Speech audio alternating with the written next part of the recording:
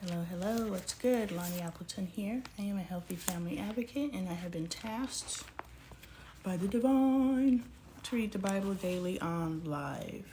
We started with Genesis chapter 1 and presently we are on Genesis chapter 25. How this flows is I read, I question, and you ponder on your end.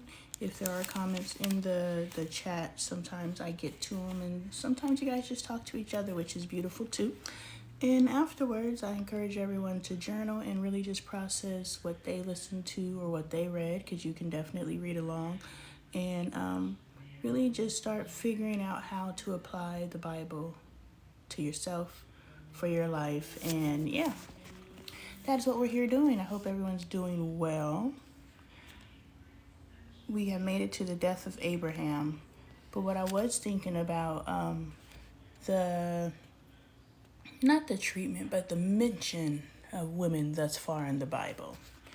Thus far, I just was running down when I was laying in the bed how all the women who have been mentioned in the Bible were presented. Eve was the first woman to be presented. She was pretty much created for a man. She was made to be his helpmate. She didn't have her own identity. She did not have a name until he gave it to her. And yeah, and when Adam sinned, his first reaction was to fault the woman for his fall.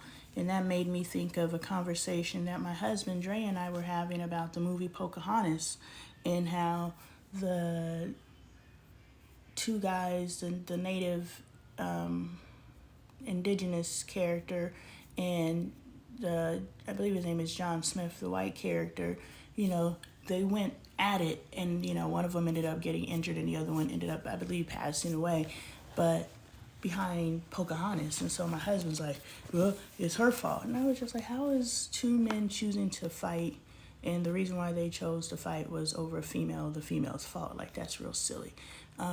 But it also alludes to and points to, the mentality. And if we look all the way back, it was Eve's fault. It's that woman. If you hadn't put this woman here, I wouldn't have raised the apple. I'm not taking responsibility. I'm going to blame the woman. Another woman that we've come across was Sarah and Hagar, Lot's two daughters, Lot's wife, and now Rebecca. So we've come across women who have been blamed for the mistakes of men. We have come across women who have been used by other women to satisfy a desire of the woman and of the father or of the man. Hagar, she was pretty much thrown to the wolves. Like, hey, you want a baby? Use my slave. That's what she's here for. So we've run across, not too much went down with Sarah. Sarah was just there. She got her little baby, Isaac, not little baby, but she bore Isaac in old age. But otherwise, Sarah was, used as a pawn as well. Here we go. Sarah was used as a pawn as well, because every time Abraham went into a place where, Sarah was just too pretty, lie and say that you're my sister, or tell them you're my sister, because ultimately it wasn't a lie. But tell them you're my sister. So now Sarah is put in a position where she is being touched on or pulled on or sleeping in a bed with different men and all these different things to keep her man alive. Like, she's being used like a pawn as well. Who else do we got? We got Lot's two daughters, where Lot was like, yo, leave the men alone, but you could do whatever you want to with my daughters. Like, what if these guys were like, okay, cool. Were you really about to hand your two daughters over, Lot? And if you were, you really were about to hand your two daughters over to a gang of men and boys, per the Bible, that said, bring them out so we could have our way with them. So you were about to hand your daughters over to that. Your wife, there wasn't much mention of her, but she turned around and got turned into a pillar of salt. So she was like, grand opening, grand closing. Lot's wife, pillar of salt. And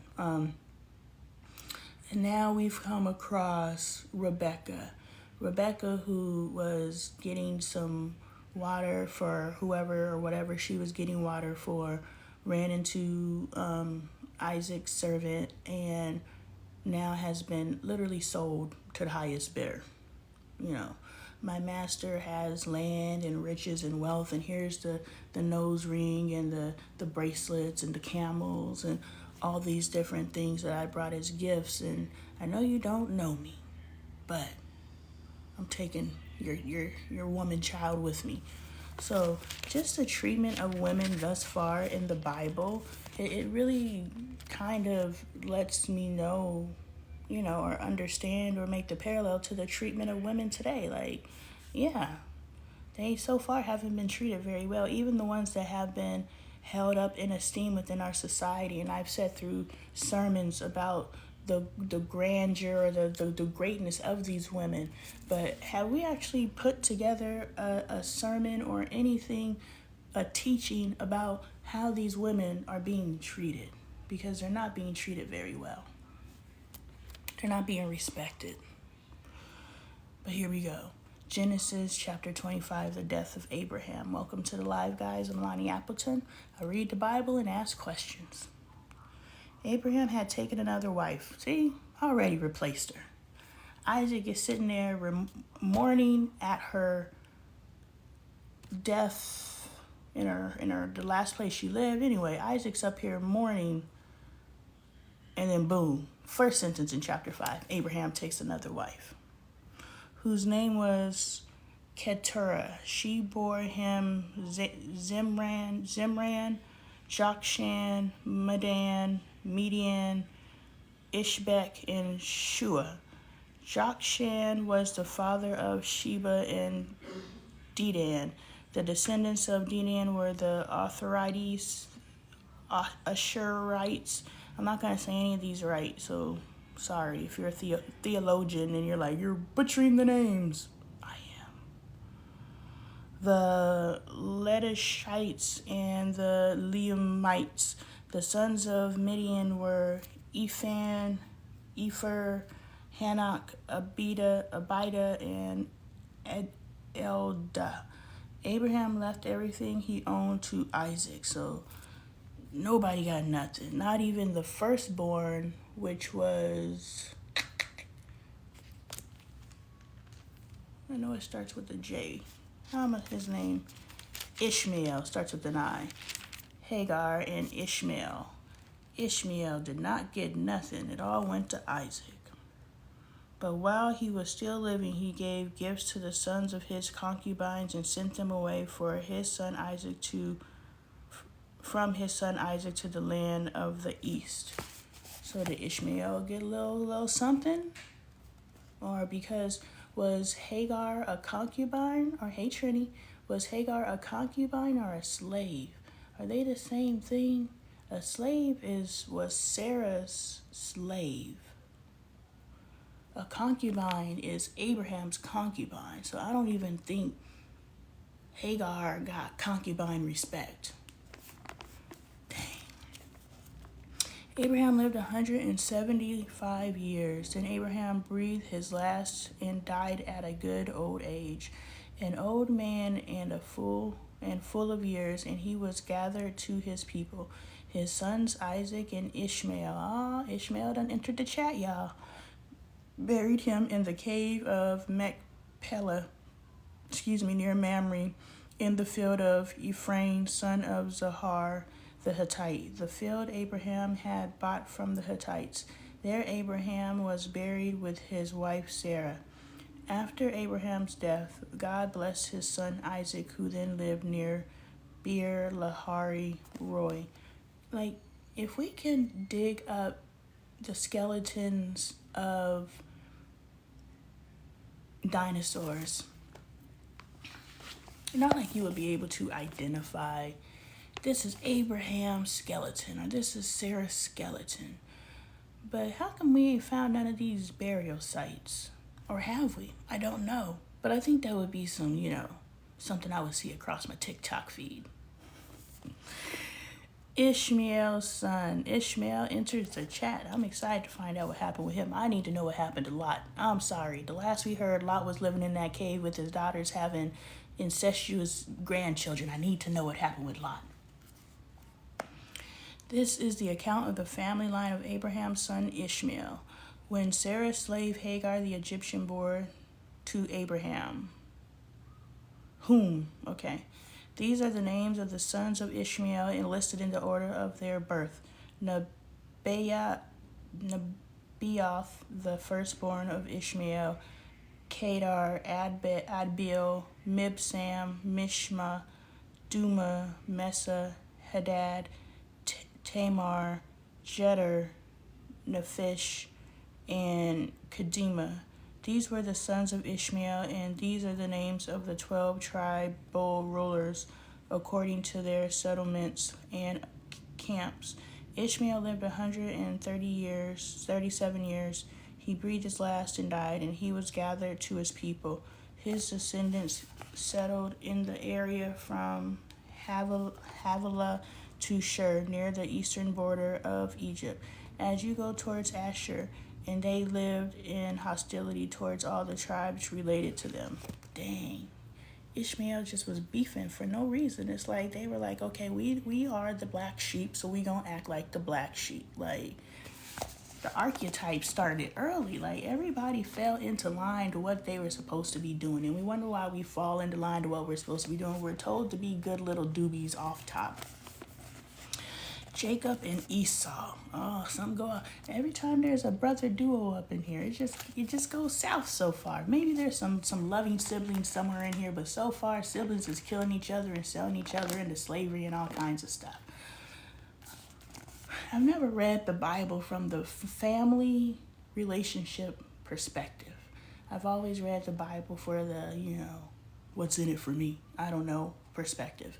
But now I'm reading it from the perspective of, okay, I see how society is functioning, and I'm making some parallels to what's being taught in this book. No wonder we're messed up. They literally tell us to live our life according to this book, and I am 21 pages in. Most books get good around page 50, so we're going to wait till we get to page 50.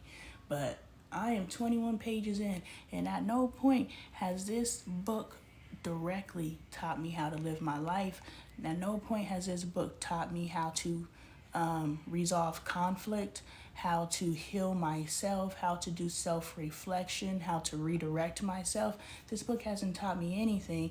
It's taught me punish, treat women like crap. And that's not a criticism. That's just what I have received thus far from the Bible. But I've also been able to think for myself and process for myself and make applications to what I am living. And I've gotten some good stuff from this book. But so far, I don't know, y'all. Jacob and Esau. This is the account of the family line of Abraham's son Isaac. Abraham became the father of Isaac, and Isaac was 40 years old when he married Rebekah, daughter of Bethuel, the Aramean from Padan Aram, and sister of Laban and Laban the Aramean.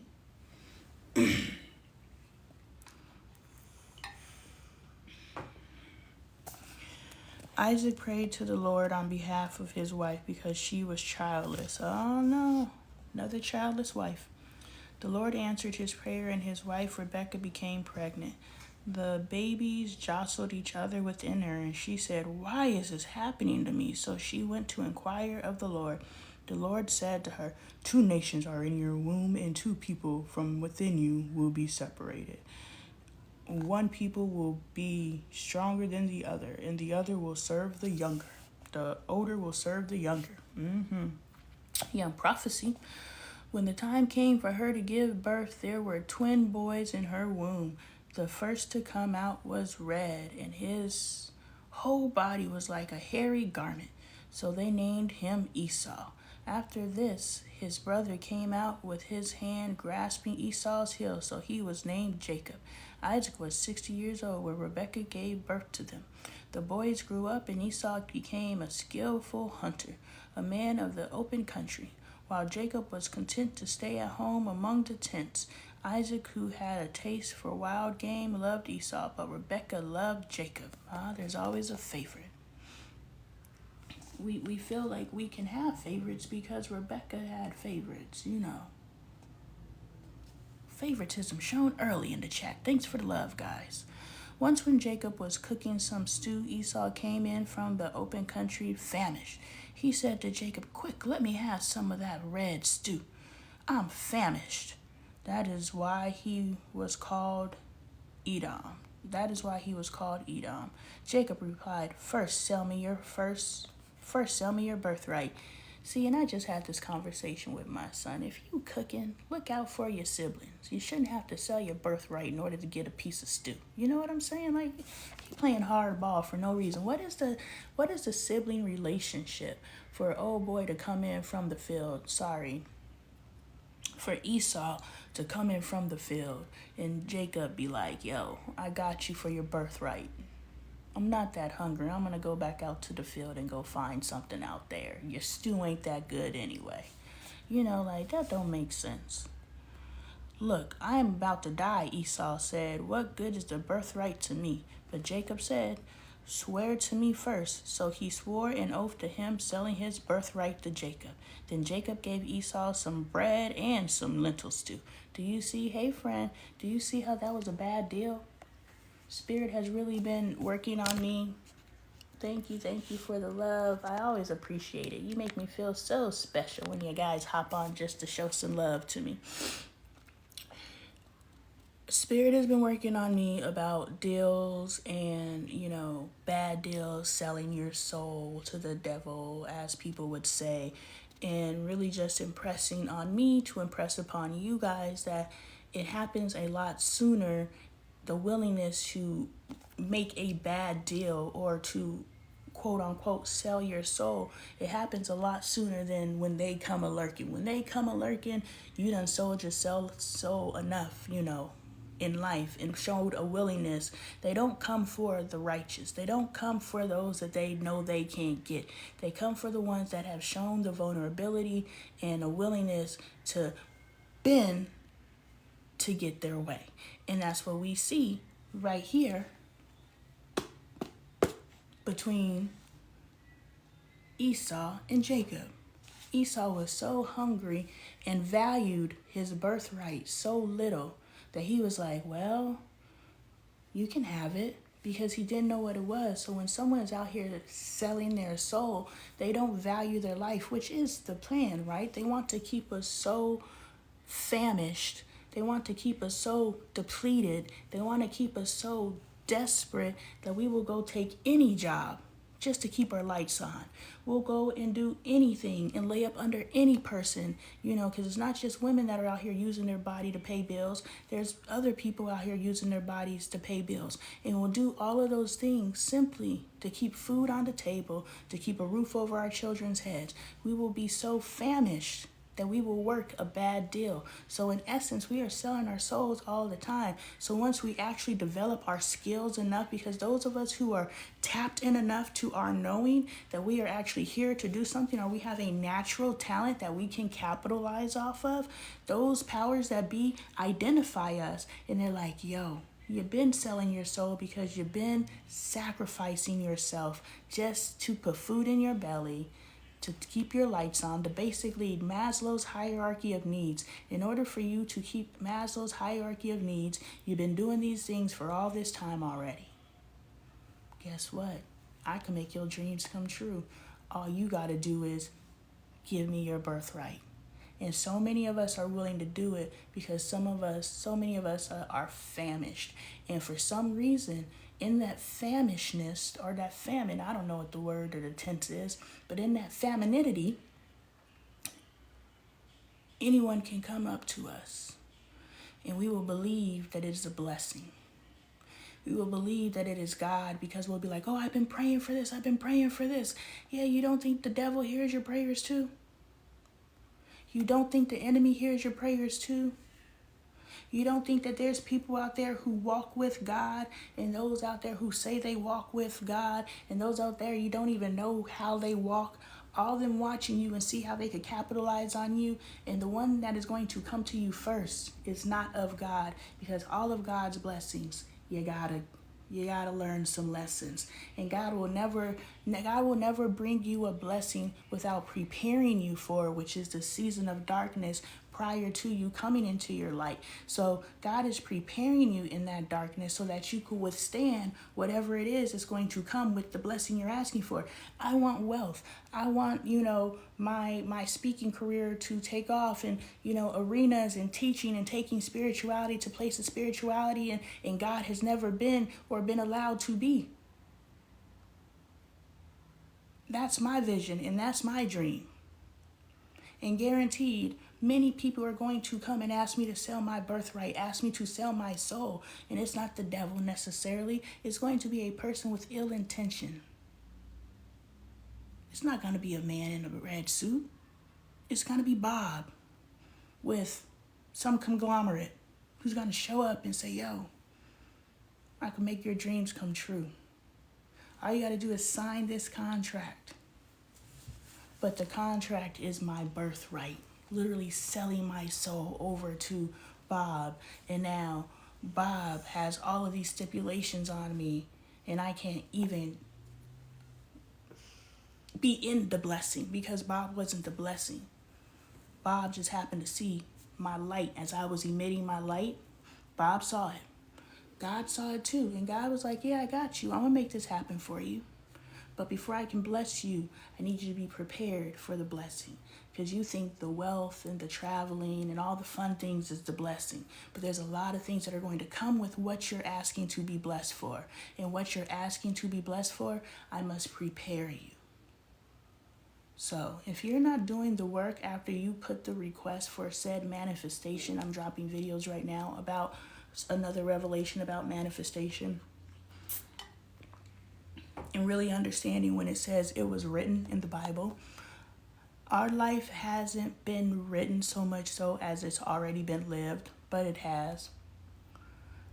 Also, what I'm receiving is it was written as in every vision that I hold for myself, I can make a reality. I can write my own story. I am actively writing my story as I hold my vision and I show up for myself and I do the work. And in doing that, people are going to come and ask me for my birthright. And am I going to sell it for a piece of bread and a bowl of soup? Are you going to sell your birthright? The air in your lungs is your birthright. I was sitting with a brother yesterday and he said there's a difference between air and God breathing breath into your lungs. Now, I'm still processing what he meant with that, but I understand it enough to know that the breath in your lungs that God breathed is your birthright.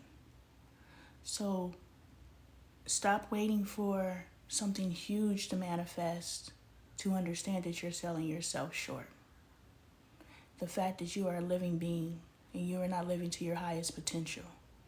Every day that you are not living to your highest potential, you are sacrificing your birthright, which is to be here and to create. And if you're not creating the most beautiful possible reality for yourself, you've sacrificed yourself. You've sold your soul because you settled for less than what you were promised in this lifetime. And you know what you were promised in this lifetime because you are writing your story. And y'all thought he just was getting a bowl of soup, right? There's a whole lot if you actually interpret what's in here. But it's whatever. And Jake, okay. Isaac and Abimelech, chapter 26. Now there was a famine in the land. Ooh, I'm happy he got that piece of bread and that soup when he did, because now there's a famine.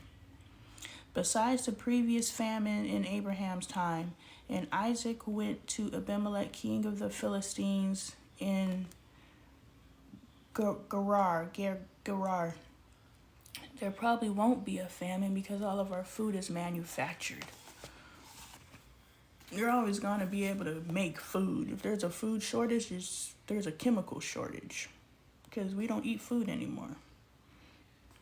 The Lord appeared to Isaac and said, "Do not go down to Egypt. Live in the land where I tell you to live. Stay in this land for a while, and I will be with you and will bless you. For to you and your descendants I will give all these lands, and will confirm the oath I swore to your father Abraham. I will make your descendants as numerous as the stars in the sky, and will give them all these lands, and through your offspring all nations on earth will be blessed. Because Abraham obeyed me and did everything I required of him, keeping my commands, my decrees, and my instructions, so Isaac stayed in Gerar. Hello, dear. Hi. When the man of the place asked him about his wife, he said, "She is my sister." Generation. He learned that lie from his daddy. Because he was afraid to say, "She is my wife." He thought the man of this place might kill me on account of Rebekah, because she is beautiful. Man, it must have been hard to be beautiful at that time. When Isaac had been there a long time, Abimelech, king of the Philistines, looked down from a window and saw Isaac caressing his wife Rebekah. Ooh, they were caressing, y'all. So Abimelech summoned Isaac. Didn't Abimelech get caught up with Sarah before? I'm thinking Abimelech. It don't matter, but I'm just saying, I've seen that name before.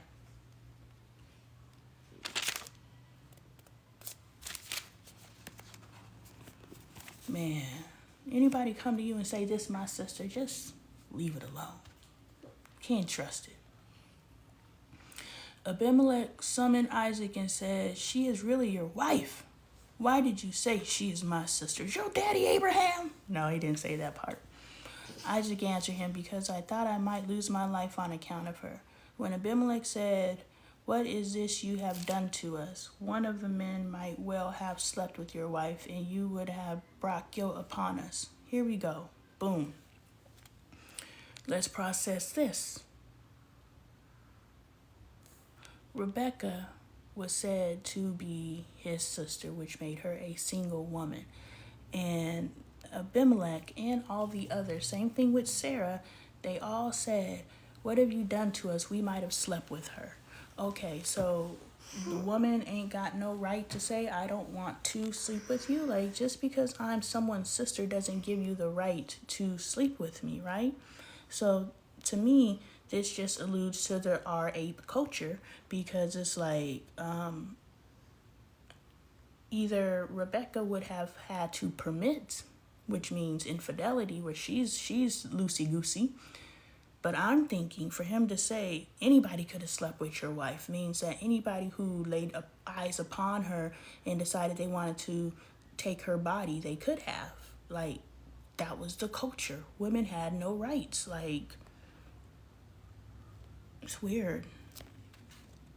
So Abimelech gave orders to all the people, "Anyone who harms this man and his wife shall surely be put to death." Dang. Isaac planted crops in that land, and the same year reaped 100-fold, because the Lord blessed him. The man became rich, and his wealth continued to grow until he became very wealthy. He wasn't already wealthy. Like, this is Isaac. Isaac inherited Jacob's wealth, and wealth was wealth with Abraham. Isaac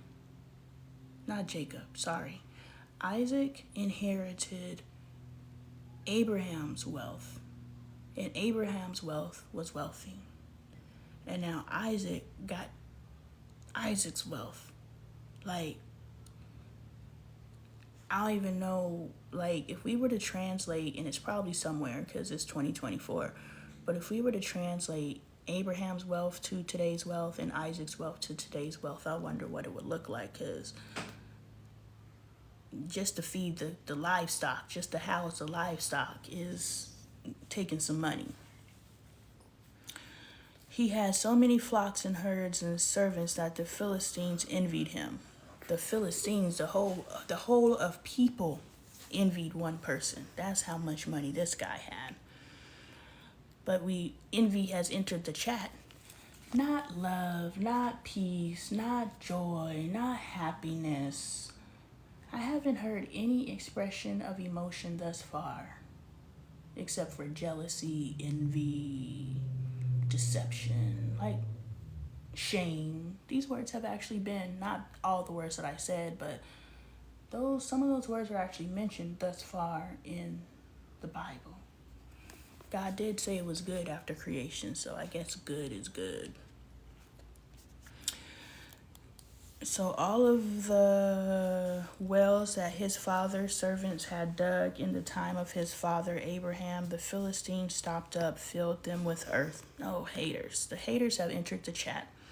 Then Abimelech said to Isaac, "Move away from us. You have become too powerful for us." Man, did you know when you, like, but it was a famine and he planted crops, and I'm sure he helped your people through the famine. And even though he helped your people, I'm assuming, I don't know, he might have planted all the crops and was sitting there eating, watching people die. He could have been, but I'm assuming he shared some of these crops because they mentioned the famine and they mentioned the crops. So maybe he sold them and that's how he became wealthy. He was like, "I got food. Y'all want some of this food?" You know, we already saw how Jacob got down. Where did Jacob learn it? "I'll give you some of this food, but you give me your life. Give me your life, I'll give you some food." You see how they leave us out here starving? You see how it's still happening today? People see you out here struggling and starving, and they be like, "Yeah, I got you," for an extreme price.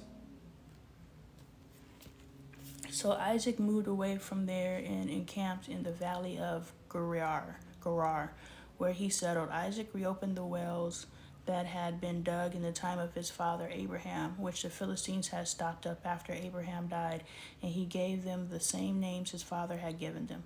Isaac's servants dug in the valley and discovered a well of fresh water there, but the herders of Gerar quarreled with those of Isaac and said, "The water is ours." So he named the well Esek because they disputed with him. Then they dug another well, but they quarreled over that one also, so he named it Sitnah. He moved on from there and dug another well, and no one quarreled over it. He named it Rehoboth, saying, "Now the Lord has given us room and we will flourish in this land." So, what I received from that was, yes, you may find something, but is it yours? If you got to fight with somebody else to claim it, then was it really yours? Because if you keep looking and you keep searching and you keep uncovering, ultimately you're going to find something that nobody else is trying to lay a claim on. I'm not saying that's always the case, but that's something to pay attention to. If you believe that something is yours, but you're in conflict over it, just move on. Because if God blessed you once, God will bless you again. You know, I don't know. That's just something to ponder. Because it's like, okay, when do I stand and fight? Or when do I release? It's the spirit of discernment. But if you know that God blessed you once, you'll know God blessed you again. And I know we're so fearful. We're like, okay, this opportunity comes once in a lifetime. You know, you better lose yourself. You know, it's a spirit of discernment. That's all I have to say. But if we just take the time to ask the questions, just stop and ask the questions. Give yourself a fighting chance to discern, is this divinity or is this the devil? Is someone trying to take advantage of me, or is this truly a blessing? Just give yourself an opportunity to just ponder it. Energy exchange, I guess, reciprocating, reciprocity, but people do too much nowadays. Yeah, it's very difficult to be in reciprocity today because I'm going to just leave that alone. It's too fresh. From there he went up to Beersheba. The night the Lord appeared to him and said, That night the Lord appeared to him and said, "I am the God of your father Abraham. Do not be afraid, for I am with you. I will bless you and will increase the number of your descendants for the sake of your servant, for my servant Abraham." Isaac built an altar there and called on the name of the Lord. There he pitched his tent, and there his servants dug a well. Meanwhile, Abimelech had come to him from Gerar. Abimelech, didn't you just kick me out and now you coming to find me? Leave me alone.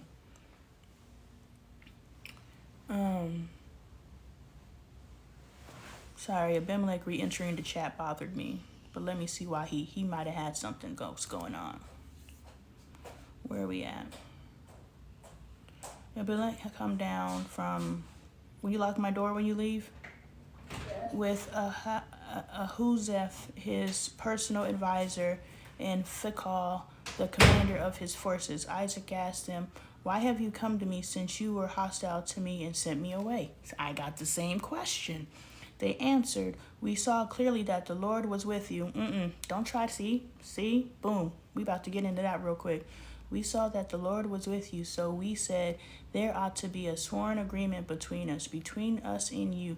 Let us make a treaty with you, that you will do us no harm, just as we did not harm you, but always treated you well." Yes. "And sent you away peacefully." Go use your bathroom.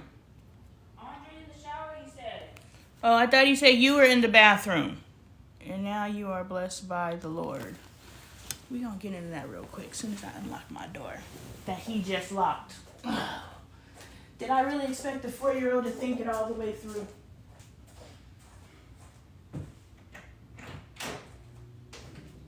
You're welcome. Just keep the door shut, please. Hello. I'm reading the Bible. Would you like to join? All right, so this is potentially putting your enemies under your feet, right? But this is also people who previously denied you access, because you out here doing your thing, and everybody got a dream, right? Everybody, I'm this, I'm doing this, like I've been everything. Everybody looks at me and be like, "Weren't you just an artist?" I actually got a text message or a DM from my mentor when I was doing wood art. And he was like, "I miss your art." And I was like, "Yeah, I learned a lot from art, but I'm not an artist." I do pieces now because I feel like doing pieces, but I don't do pieces anymore. But you out here doing your thing, and you like, support. You guys can support my merch line. You guys can pick up my books. You could book my coaching, all those things at LonnieLifestyle.com, link in bio. People are like, support me. Hey, I'm doing this. And your friends and your family, the people that you already have rapport with, right? That's why they tell you to start your businesses with your friends and family, because these are the people that already know and trust you, that you have built a baseline with. But unfortunately, within our community, our friends and our family, we're such crabs in the barrel, but don't realize that we're crabs in the barrel. But if you are not supporting that which you say that you believe in, honor, family, whatever, something that feeds you, but you're not feeding it back, reciprocity, as that was spoken of earlier. If you are not, then you are not being a supporter. Just saying good job, keep going, is not being supportive of someone who literally turns the camera on and produces content, which takes a lot to produce content. Someone who is selling something, it takes money just to keep the website going, and like you saying good job, keep going, isn't really being of support to them. So what I'm saying is, we don't even know how to truly support each other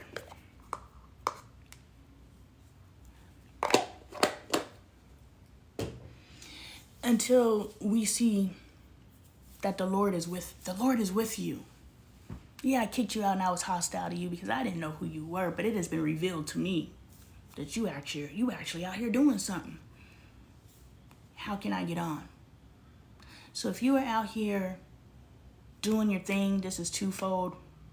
If you are out here doing your thing, and I'm cognizant that I do this and I need to stop doing this, but I definitely am in my head paying attention to who plays me and who's really for me.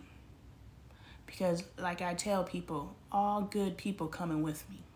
Ride my coattail, I don't care. All good people deserve an opportunity.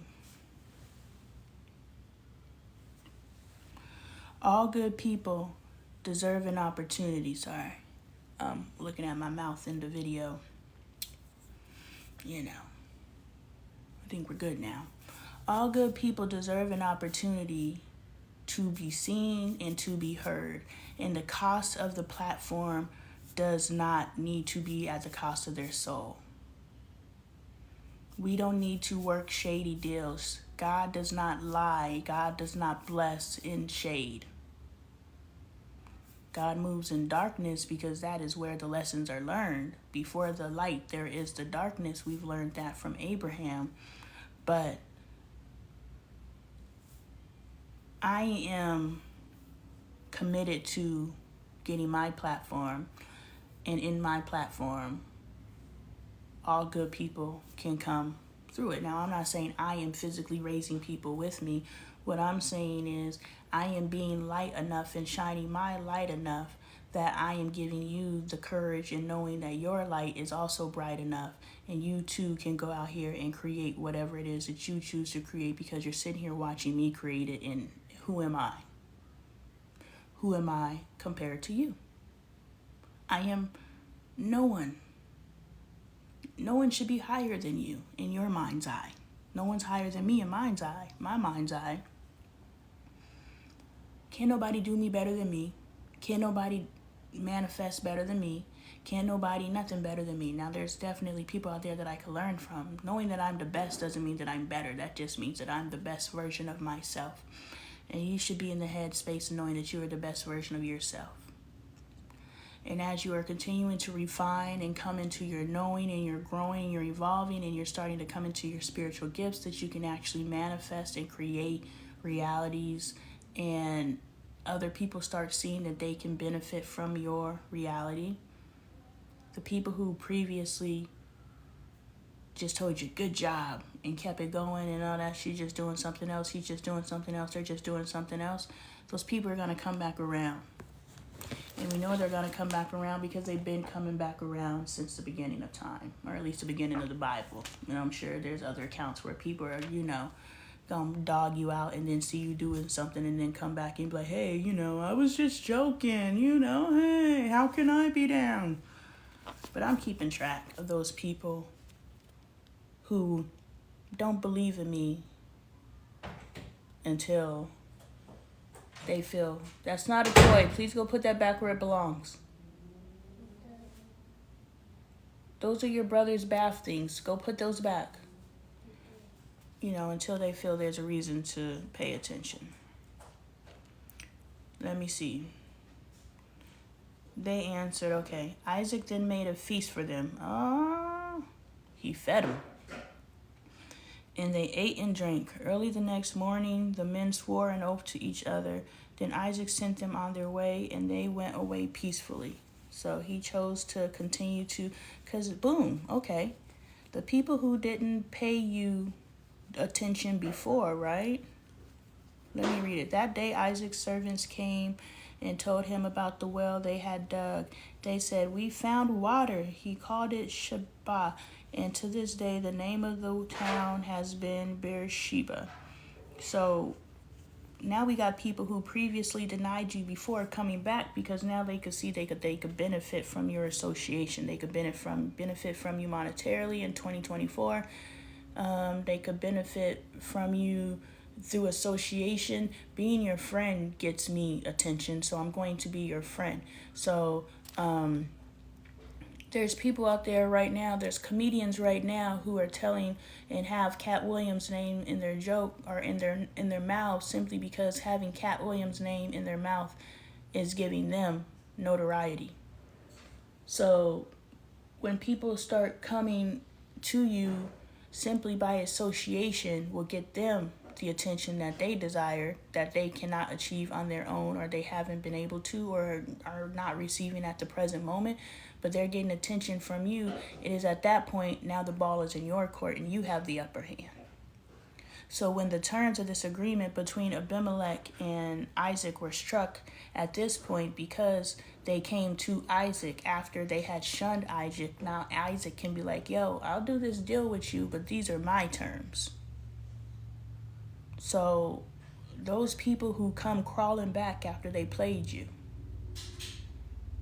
I'm trying to work on this energy, because I know there's plenty of people who call me crazy. There's plenty of people who are just like, I don't even know what you're talking about.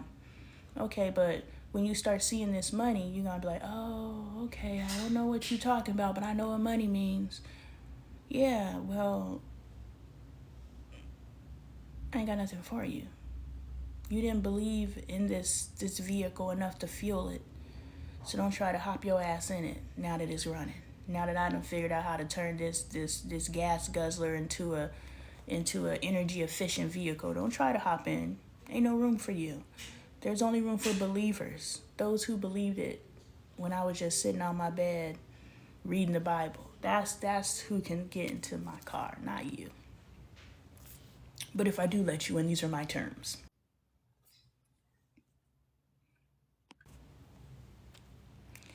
All right, let's see. We're going to do chapter 27 and finish. Jacob takes Esau's blessing. Jacob takes Esau's blessing. It's about to get gnarly, y'all. Those of you who are familiar with this one.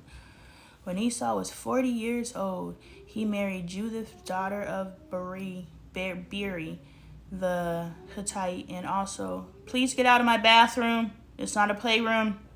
Also, Basemeth, daughter of Elon the Hittite. So he married two people, or that's who her two parents were. Anyway, they were a source of grief to Isaac and Rebekah. Why? When Isaac was old and his eyes were so weak that he could no longer see, he called for Esau, his older son, and said to him, "My son." It did a long time. Yeah, and said to him, "My son." If there's something in there, go ahead. "Here I am," he answered. "Can you please be quiet and just do what you need to do?" What we did, dog? Can you just be quiet and do what you need to do? Just move the stuff out the way and get what you need. You don't need to be a disruptor. "Here I am," he answered. Isaac said, "I am now an old man and don't know the day of my death. Now then, get your equipment, your quiver and your bow, and go out to the open country to hunt some wild game for me. Prepare me the kind of tasty food I like and bring it to me to eat, so that I may give you my blessing before I die." Now Rebekah was listening to as Isaac spoke to his son Esau. When Esau left for the open country to hunt game and bring it back, Rebekah said to her son Jacob, "Look, I overheard your father say to your brother Esau, 'Bring me some game and prepare me some tasty food to eat, so that I may give you my blessing in the presence of the Lord before I die.' Now my son." Okay, just get it and go. You don't need to make all the noise. I know, but you don't have to do that now. Mommy's trying to read, so you making that noise is disruptive. Can you please leave now? Just leave. Just leave. Thank you. I'll close it up for you. Thank you. Thank you. You're welcome. "Bring me some game and prepare me some tasty food to eat, so that I may give you my blessing in the presence of the Lord before I die. Now, my son, listen carefully and do what I tell you. Go out to the flock and bring me 2 choice young goats, so I can prepare some tasty food for your father, just the way he likes it. Then take it to your father to eat, so that he may give you his blessing before he dies." Jacob said to Rebekah, because he's down for the deception, his mother, "But my brother Esau is a hairy man, while I am smooth skinned. What if my father touches me? I would appear to be tricking him, and he would bring down a curse on myself rather than a blessing." And his mother, who ain't about nothing, said to him, "My son, let the curse fall on me. Just do what I say. Go and get them for me." This is a mother to a son who is stealing the birthright of her oldest son. So this is a mother who is pitting her children against each other. This is a mother who is stealing what a birthright is in this time, from her other child. So pretty much stealing the wealth from one of her child and giving it to her favorite child. So what was the growing up of Esau and Jacob in a household where your mother dislikes you so much that she's willing to sell you out? Like, what is the level of favoritism that was experienced in this household where she pulls her favorite Jacob to the side and says, "Yo, I heard your dad, he's about to give these blessings out. We about to steal your brother's blessing. This is what we've been waiting for." Like, that's crazy. And then for the brother to be like, I can see Jacob feeling justified because Esau did give him his birthright for, a crust of bread and a bowl of soup. We got to hold our birthright, our breath, the breath that God breathed in our lungs. We got to help hold it more sacred. But, that's just crazy. The whole shystiness of it all. The mother betrayed her firstborn son. She carried both of those children in her belly, but she favored one so much that she would deceive and screw over to the degree of your entire inheritance. I'm going to screw you out of I'm going to play a very active part in screwing you out of your inheritance and deceiving my husband. Let's not even look at, or let's not overlook her choice to deceive her husband. Like, what was the bond between Rebecca? Is this who we're looking at? Rebecca and Isaac. Make sure I get my names right. Yeah. What is the bond between Rebecca and Isaac that she couldn't wait to deceive this dude? Don't you worry about that. I'll take the curse. Go on, get your choice goats and let me cook them up for you. Just the way he likes it. Like, nigga don't know what goat tastes like. I've never had wild game. Maybe I've had deer and stuff like that, but whatever he's out there hunting, does it taste like goat? Is your taste buds that off kilter that you don't know this is Rebecca's cooking versus Esau's cooking? Because everybody has a different cooking style. And you don't know the difference between a deer or an oxen or whatever the heck he's going to go out there on his wild game and a goat. You don't know the taste difference. I don't know.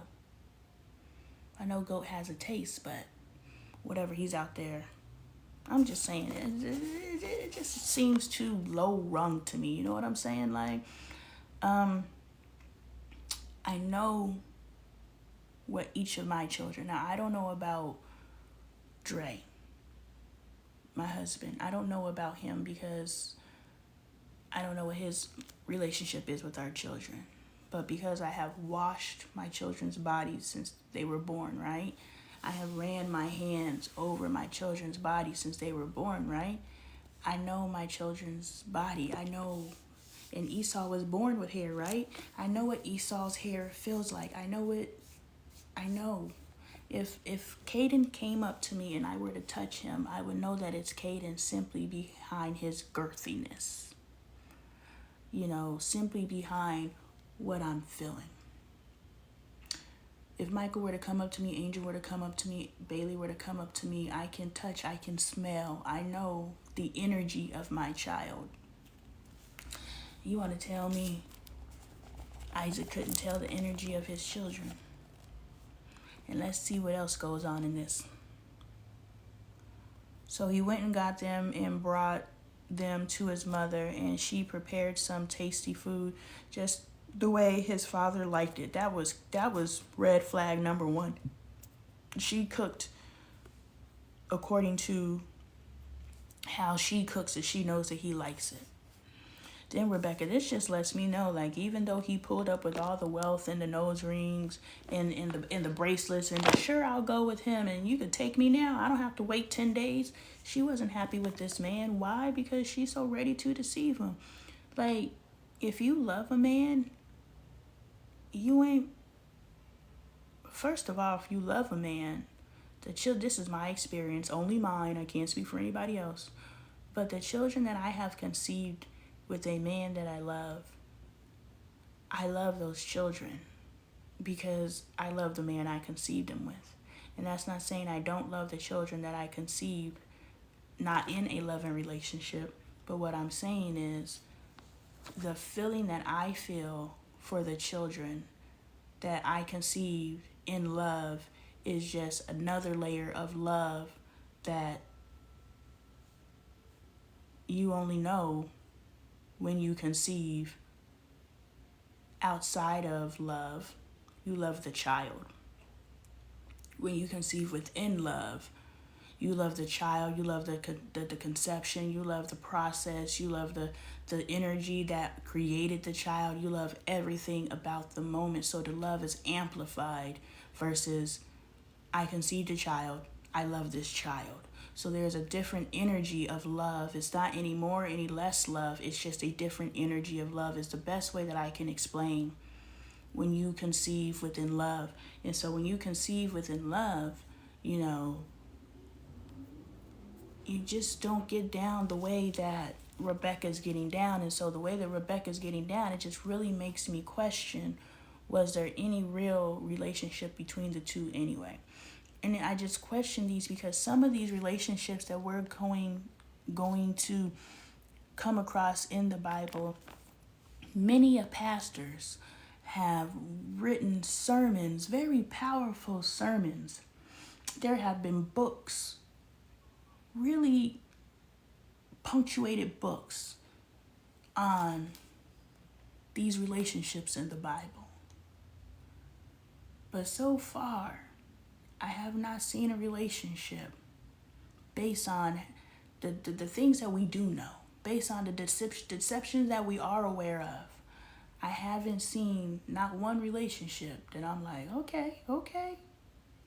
Every relationship thus far, I have just been like, yeah, that's an arranged marriage. That's an arranged marriage. That's an arranged marriage too. They don't like each other. Ooh, you don't like your kids either? Dang. So far, don't nobody like each other in the Bible. Don't get it twisted, because when Abraham went to go rescue Lot from Sodom and Gomorrah, or Sodom? Yeah, Lot got caught up in the little conflict over there. And so Abraham, who walks with God, went in, and all those kings that was ripping and wrecking shop, all these people, Abraham by himself came through with his 316 men and was like, boop, boop, boop, where's my cousin or where's my nephew? Pulled Lot up out of there. But guess what? When Lot was living in that cave, last I heard, Lot was still living in this cave. Meanwhile, Abraham is so wealthy, he can't even count how much wealth he got. You can't go build a little shack for Lot over there in the corner? I'm just saying, like, did he go get his cousin or his nephew? I don't know the relation. Did he go rescue Lot out of, I'ma just go rescue Lot because ain't nobody gonna mess with my family? Oh, somebody did what? We gonna ride. But you can't live with me. I'll go get you out of captivity. But you can't live on my property. Like, these relationships is real Trey sketch. Then Rebecca took the best clothes of Esau's, her older son, so his scent, which she had in the house, and put them on her younger son Jacob. She also covered his hands and the smooth part of his neck with the goat skins. Now, I ain't never touched no goat, but human hair and goat hair, I believe, feels different. I'm just thinking of the animals, like the sheeps and I've been to a petting zoo, and I just don't remember human hair and goat hair having the same texture. It's a little in straight.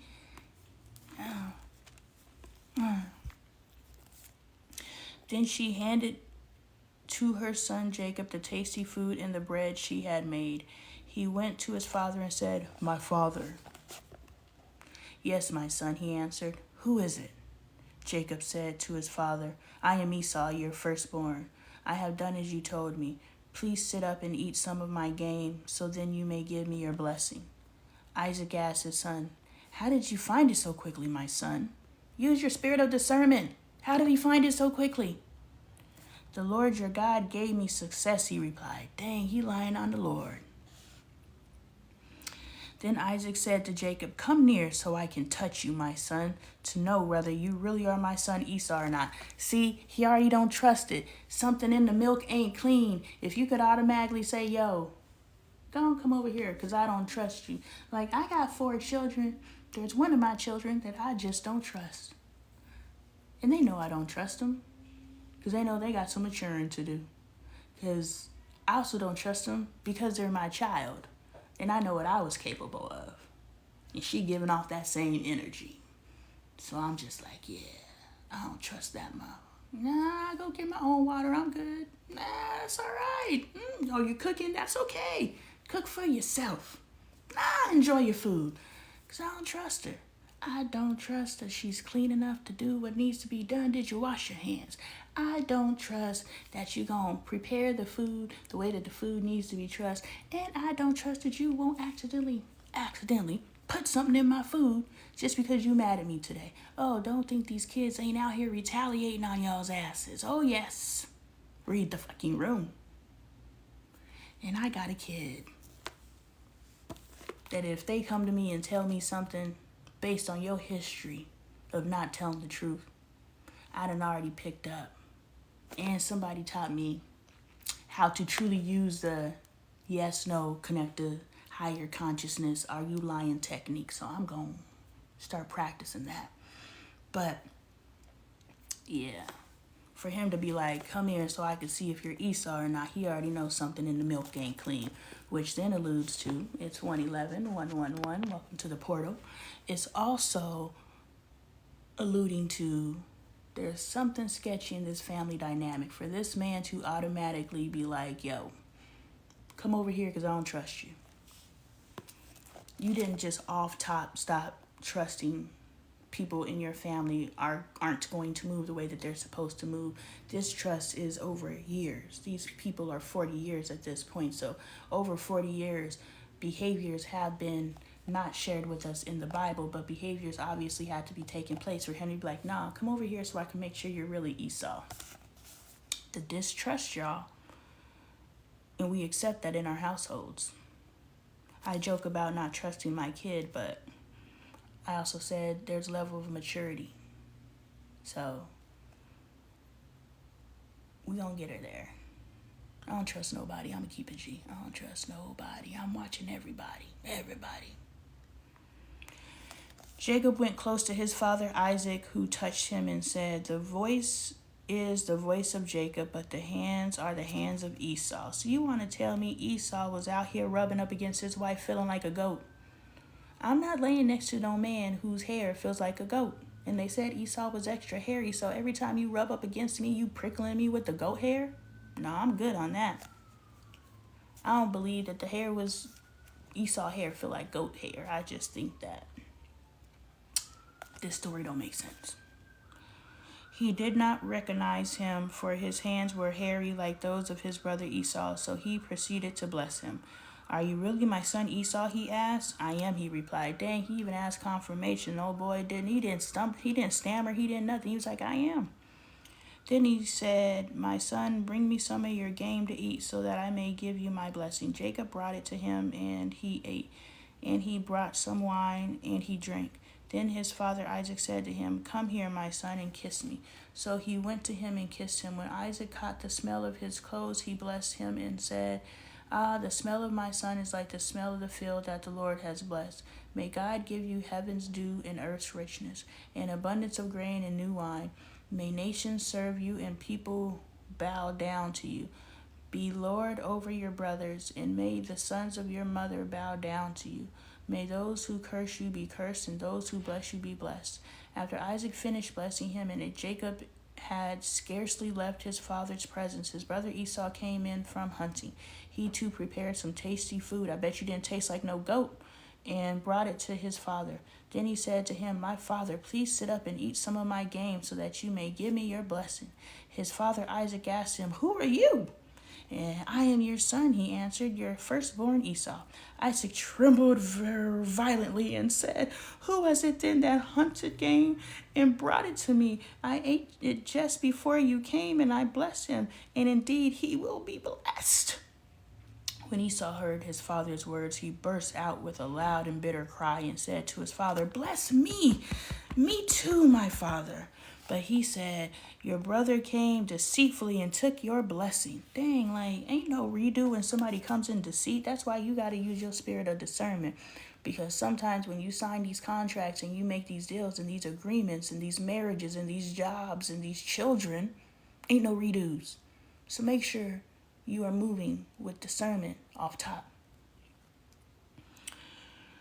Esau said, "Isn't he rightly named Jacob? This is the second time he has taken advantage of me. He took my birthright, and now he's taken my blessing." Then he asked, "Haven't you reserved any blessing for me?"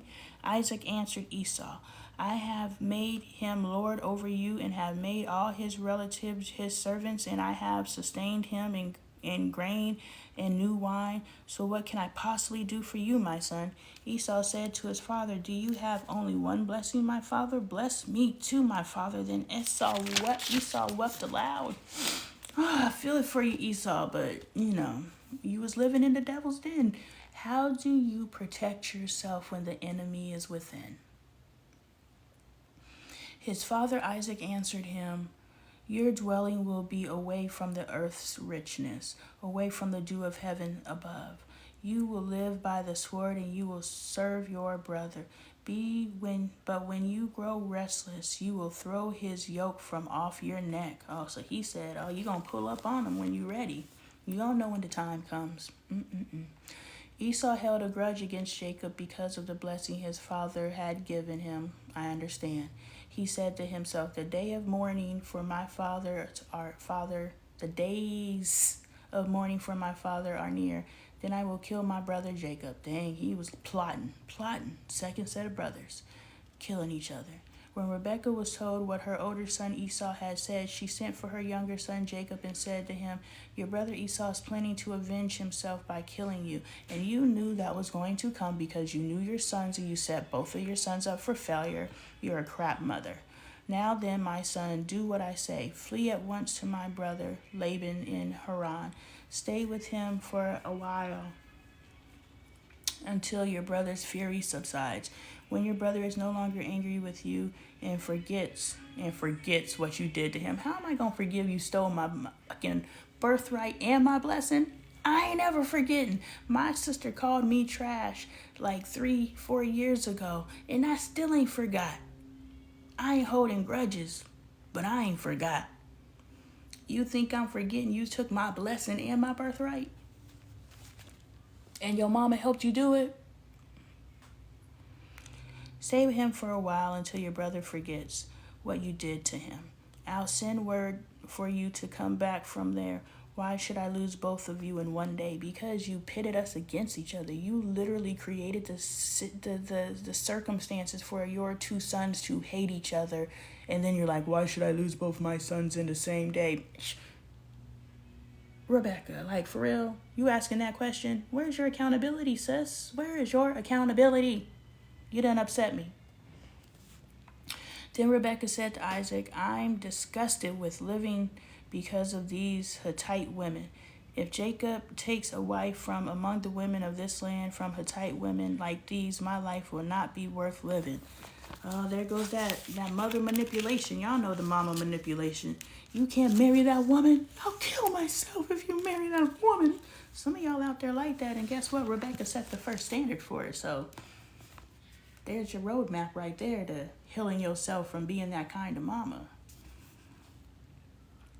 All right. Today we made it to Genesis chapter 8. Those of you who are unfamiliar with me, I'm Lonnie Appleton. I read the Bible every day at noonish. And we just talk about what we see. We pull out the blessings that we can. We throw the rest away. And really question what's going on and what is here for us to use as a roadmap to fuck up our lives. And yes, I cuss. If you and the Bible and cussing don't go together, I'm not the teacher for you.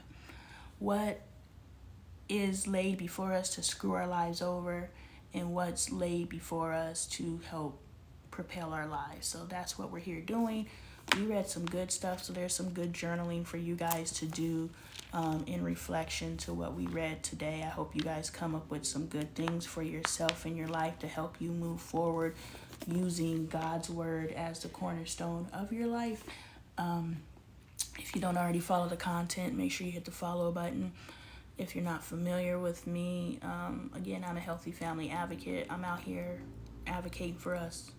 I'm advocating for us to have a stronger relationship with our divinity, with our God self, so that we can rise to our highest potential. Also, check out my merch, check out my books. I have a guidebook that can help you come into the space of ascending yourself and questioning and releasing yourself from the third dimension and just really evolving, purposefully evolving your life. I can help you. I am a life coach. I am a relationship coach. Check out my services, link in bio, LonnieLifestyle.com. So that's who I am. That's what I do. And I will see you tomorrow as we continue to read Genesis.